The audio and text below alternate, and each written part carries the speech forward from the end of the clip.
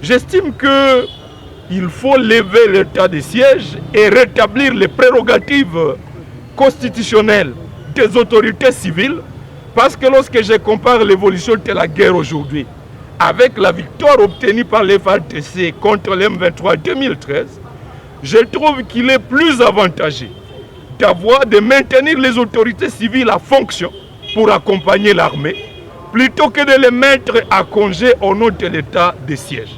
Je viens donc pour participer à ces combats et lever la voix. Mais le deuxième défi, c'est être scandalisé par le pillage des recettes de la province du Nord Kivu, les recettes à caractère national, par le pouvoir central à Kinshasa. J'ai consulté le rapport d'exécution du budget du Nord Kivu des années 2015, 2016, 2017. Et j'ai réalisé qu'en moyenne, le Nord Kivu contribue au trésor public à hauteur d'au moins 16 millions de dollars par mois. Mais j'ai été scandalisé de constater que ce que Kinshasa a rétrocédé, par exemple pendant les 16 mois avant l'état de siège, donnait une moyenne de 28 700 dollars par mois.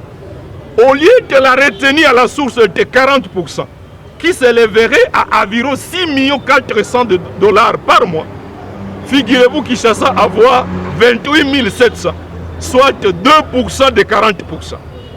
Et conséquence, la province ne peut pas réaliser des projets à faveur des populations.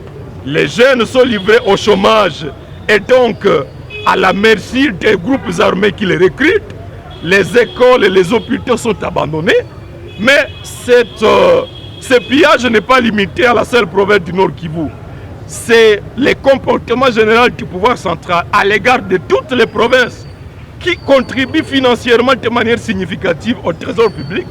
Je voudrais être sénateur pour qu'ensemble, avec les autres sénateurs, avec les députés provinciaux, avec les députés nationaux, je participe à ces combats pour sauver le programme de la décentralisation tel que consacré par notre Constitution. Parce que sans l'autonomie financière des provinces, eh bien, le développement de notre pays